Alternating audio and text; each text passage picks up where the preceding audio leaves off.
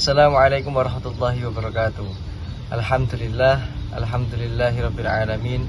Wa bihi nasta'inu ala umur dunya waddin wa ala alihi washabihi ajma'in, amma ba'du.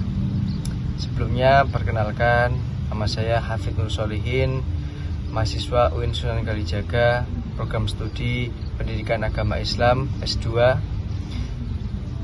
Selamat datang di video pembelajaran kita hari ini.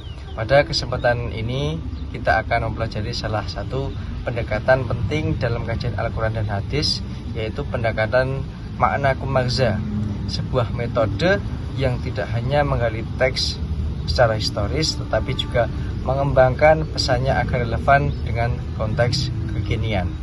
Baik, untuk pembahasan yang pertama kita akan membahas tentang pengertian makna kumagza. Pendekatan makna kumagza adalah metode penafsiran yang bertujuan menemukan makna asli suatu teks yang disebut makna, serta pesan utama atau signifikansi historisnya yang disebut dengan magza.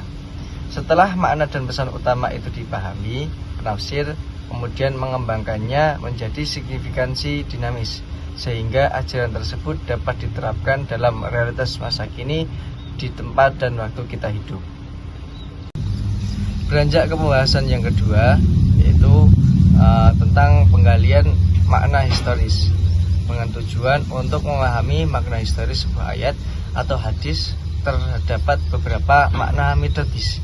Yang pertama, analisis kebahasaan, yaitu penafsir menelaah kosakata, struktur dan susunan kalimat dalam teks Al-Quran dan hadis. Yang kedua, intratekstualitas, yaitu penafsir membandingkan penggunaan kata atau konsep yang sama ayat ataupun hadis lainnya. Yang ketiga, intertekstualitas, yaitu penafsir menghubungkan ayat atau hadis dengan teks-teks lain yang hidup dalam konteks sosial dan wahyu turun. Yang keempat, analisis konten historis, berarti penafsir mencermati situasi dan kondisi saat ayat atau hadis itu muncul. Yang kelima, rekonstruksi pesan historis, bahwa peneliti atau penafsir setelah semua analisis dilakukan, penafsir merumuskan magza, yaitu pesan utama yang dimaksud bagi masyarakat pada masa turunnya wahyu. Untuk contoh penerapannya, misalnya dalam hadis Nabi, yaitu sesungguhnya amal perbuatan itu tergantung pada niatnya.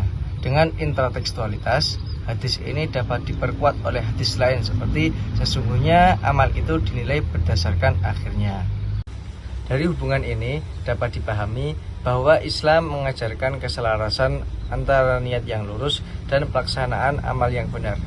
Contoh lain adalah hadis tentang tidak beriman seseorang hingga ia mencintai saudaranya sebagaimana ia mencintai dirinya sendiri. Analisis bahwa menunjukkan bahwa mencintai tidak hanya berupa perasaan tetapi tindakan nyata. Konteks historisnya adalah upaya Rasulullah SAW mempersatukan muhajirin dan ansor yang berbeda latar belakang. Pesan utamanya adalah pentingnya solidaritas sosial sebagai bukti keimanan. Pembahasan selanjutnya yaitu tentang kontekstualisasi magza. Setelah menemukan pesan historis, penafsir melanjutkan pada tahap pengembangan signifikansi dinamis, yaitu yang pertama, menentukan kategori ayat ataupun hadis, misalnya kategori tauhid, hukum, atau kisah-kisah simbolik. Yang kedua, mengaktualisasikan makna untuk konteks modern. Pesan historis dikembangkan agar menjawab kebutuhan manusia atau masyarakat pada masa kini. Yang ketiga, menangkap makna simbolik. Penafsir menggali nilai-nilai moral dan etis yang tersembunyi di balik sebuah peristiwa. Yang keempat, memperkuat analisis dengan ilmu bantu.